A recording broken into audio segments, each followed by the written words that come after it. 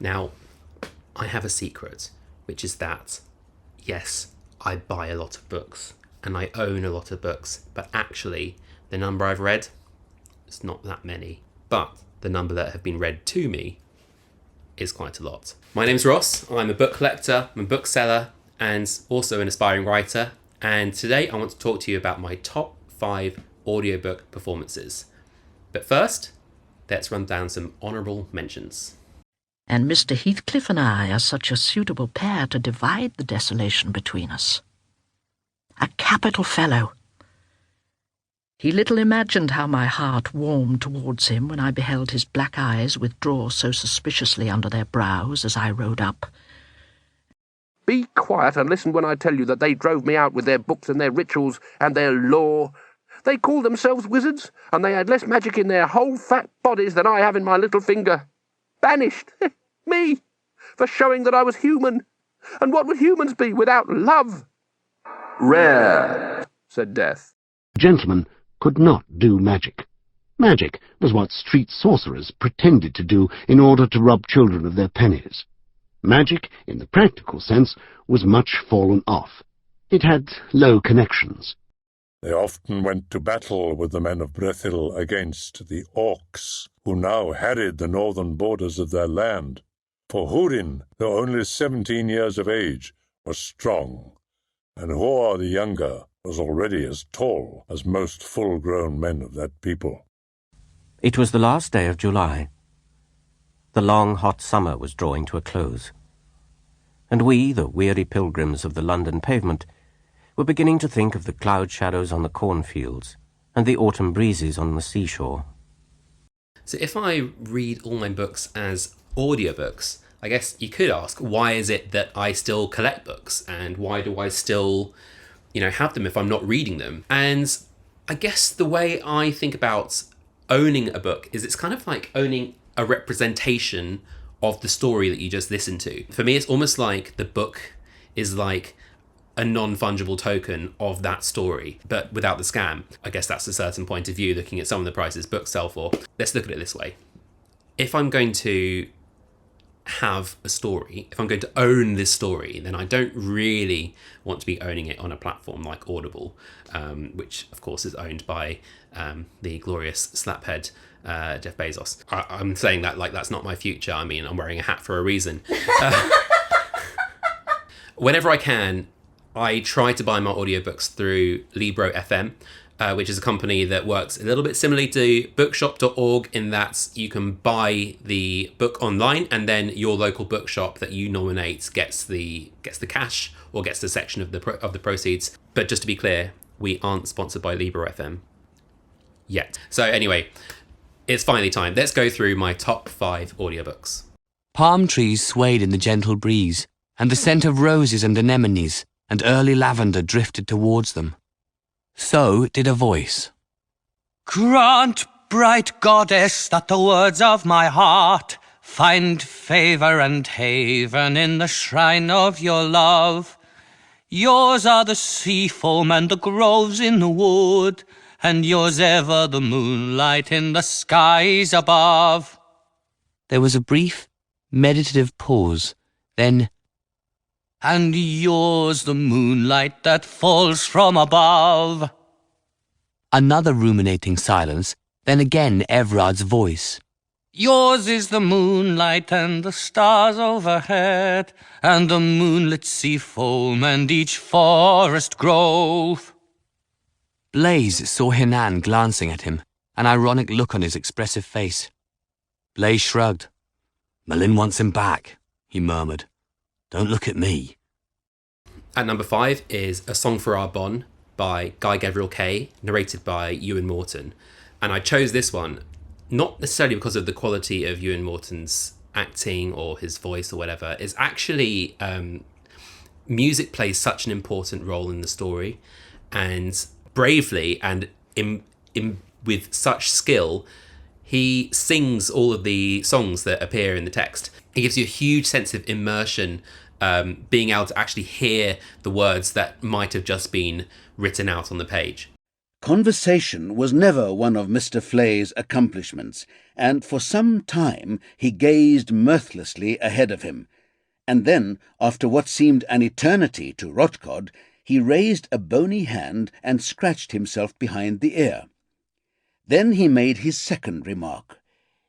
"Still here, eh?" he said, his voice forcing its way out of his face. Rotcod, feeling presumably that there was little need to answer such a question, shrugged his shoulders and gave his eyes the run of the ceiling. Mr. Flay pulled himself together and continued. "I said, still here, eh, Rotcod?" He stared bitterly at the carving of the emerald horse. "You're still here, eh?" "I'm invariably here," said Rotcod, lowering his gleaming glasses and running his eyes all over Mr. Flay's visage. "Day in, day out, invariably. Very hot weather. Extremely stifling. Did you want anything?" "Nothing," said Flay, and he turned towards Rotcod with something menacing in his attitude. "I want nothing." And number 4 is Saul Reichlin's narration of Titus Groan by Mervyn Peake. Now, would I recommend this book?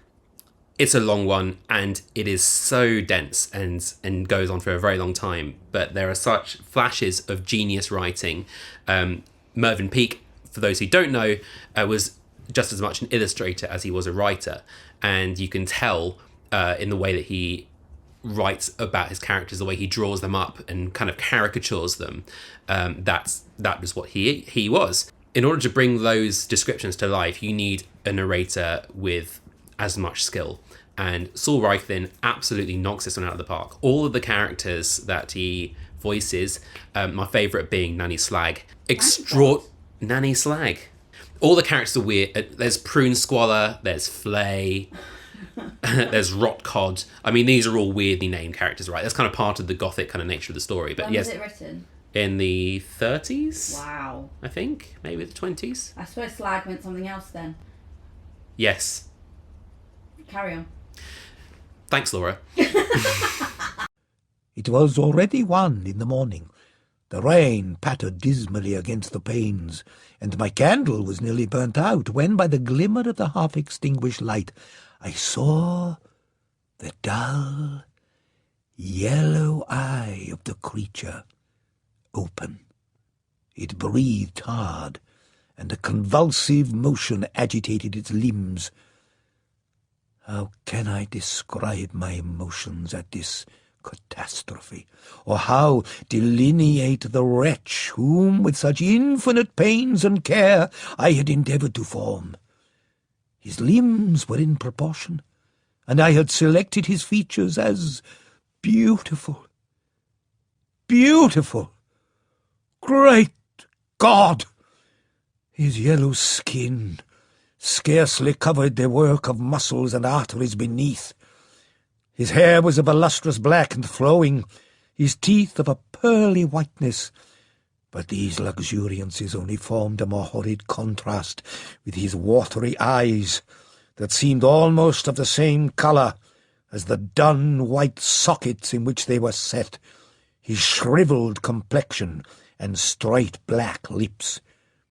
At number 3 is a classic, the novel Frankenstein by Mary Shelley, narrated by Derek Jacobi. Of all of the audiobook narrators, I think Derek Jacobi is number 1. I've listened to him read M.R. James, I've listened to him read Tolkien, I've listened to him read I, Claudius by Robert Graves. What makes Frankenstein so incredible is the fact that a lot of this book is told from the first person perspective, from Dr. Frankenstein's perspective. He does a Swiss accent for the whole length of the audiobook, and it never once feels hammy or over the top.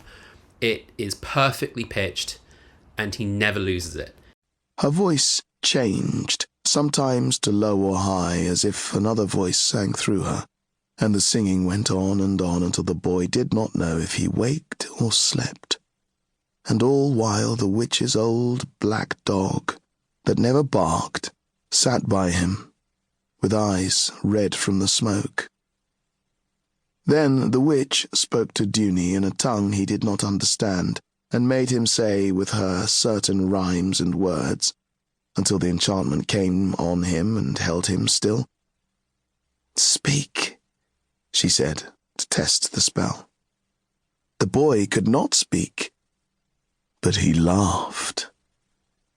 Then his aunt was a little afraid of his strength, for this was as strong a spell as she knew how to weave. She had tried not only to gain control of his speech and silence, but to bind him at the same time to her service in the craft of sorcery. Yet, even as the spell bound him, he had laughed. And number 2 is the narration for one of my favourite books, A Wizard of Earthsea by Ursula Le Guin. The narration by Kobna, Holdbrook-Smith. How is it possible to get this much emotion, this much depth of feeling into a narration? The prose, the story is already incredible, but Kobna Holdbrook-Smith, he takes these incredible words and somehow elevates them. I think this is one of the greatest narrations of all time. Kobna Holdbrook-Smith also did the narration for Rivers of London series by Ben Aranovich, and highly recommend that one as well. He is just extraordinary. Logan crept slowly to his feet, trying to stay quiet. A twig snapped and he whipped round. There was a spear coming at him, a cruel-looking spear coming at him fast with a shanker on the other end of it. "Shit," said Logan. He threw himself to one side, slipped and fell on his face, rolled away, thrashing through the brush, expecting the spear through his back at any moment. He scrambled up, breathing hard. He saw the bright point poking at him again, dodged out of the way, slithered behind a big tree trunk. He peered out, and the flathead hissed and stabbed at him. He showed himself on the other side just for a moment, then ducked away, jumped round the tree, and swung the axe down, roaring loud as he could. There was a crack as the blade buried itself deep in the shanker's skull. Lucky that, but then Logan reckoned he was due a little luck. The flathead stood there, blinking at him. Then it started to sway from side to side, blood dribbling down its face. Then it dropped like a stone, dragging the axe from Logan's fingers, thrashing around on the ground at his feet. And we come to our final book, number 1. Well, are these in order? I don't know. I'm not really the kind of person who tends to do top 10 lists in order. I kind of like to put kind of them all on a level. Unfortunately, though, this really is number 1. Stephen Pacey's narration for The Blade Itself by Joe Abercrombie. Once again, all the character voices are incredible. They are so perfect. Every single character speaks with their own voice, without it feeling like he's doing caricatures, without it feeling like he's doing impressions. There's so many different accents. There's so many different kind of timbres of voice. And through it all, he tells the story with such attention to the pace, to the action, and just brings you along all the way. He is the master narrator. Cannot recommend him highly enough. If you are going to read the first Saul trilogy and haven't started yet, may I highly recommend you get the audiobooks and check them out. So that was my top 5. I hope you found something new there that you can enjoy. If you can, and again, not sponsored, try and buy your audiobooks through a company like Libro FM. If you can't, I know some of these are exclusive to Audible, but vote with your money and go and check out some of these amazing audiobooks.